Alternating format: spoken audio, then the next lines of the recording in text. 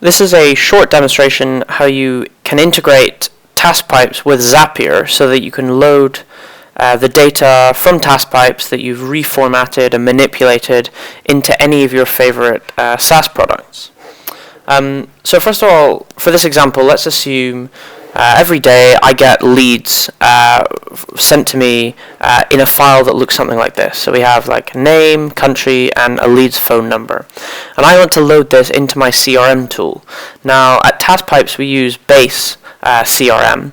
So I'm going to show you how you can connect to Base CRM via Zapier by passing the data through TaskPipes into Zapier and then finally into Base.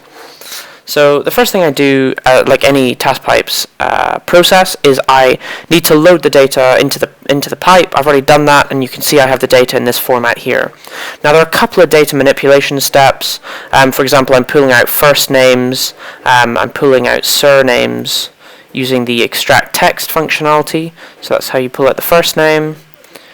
This is how you pull out the last name. You'll note I'm looking at the first column, and I'm getting the text between the last occurrence of a space character and the end of the text, which obviously gives me the last name. Now I need to add on the country codes, which gives me something like this. This is just using an Excel formula. Then following that, I'm just removing the original name column and removing the original phone number column. Now, what I want to do is actually connect to the Zapier step. So in TaskPipes, I simply use this send data to Zapier functionality. Now, I'll need to enable TaskPipes within my Zapier account. And so you'll get a page that looks something like this. You just hit accept.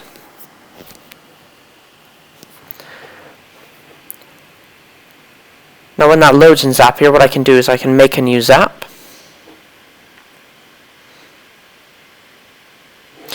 Now, I of course want to set my trigger app as TaskPipes,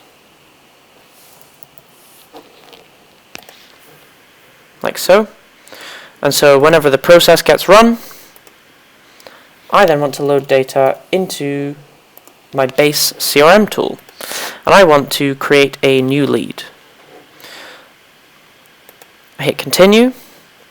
Now I obviously need to connect my TaskPipes account. So the way I do that is this pop-up will appear, and I'll be asked for the API key. Now that's actually given to you here in this third step here. I can copy that API key,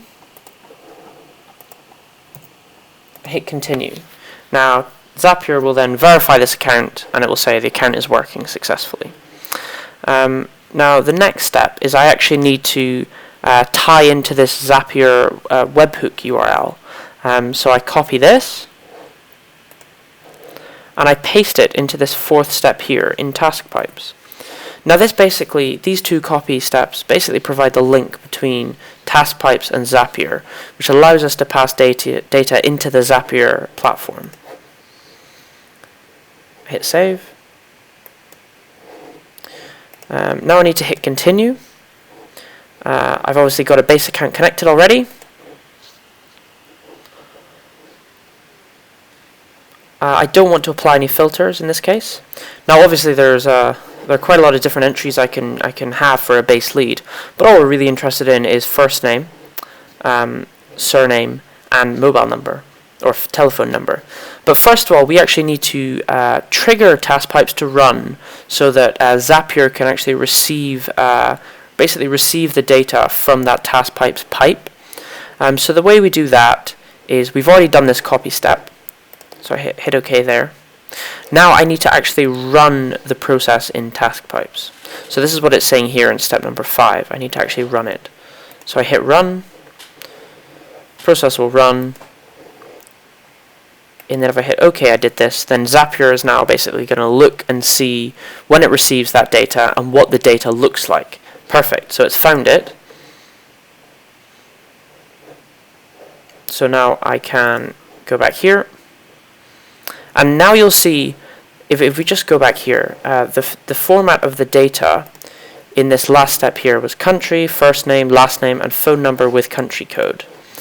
Now you'll see here it's actually populated them for me. That's what we were doing there when we had to basically trigger it and run the process. So first name I obviously want to match to first name. Last name I obviously want to match with last name. I want to match the primary phone number with this phone number with country code. And there is actually a country option as well. So I'm going to select that.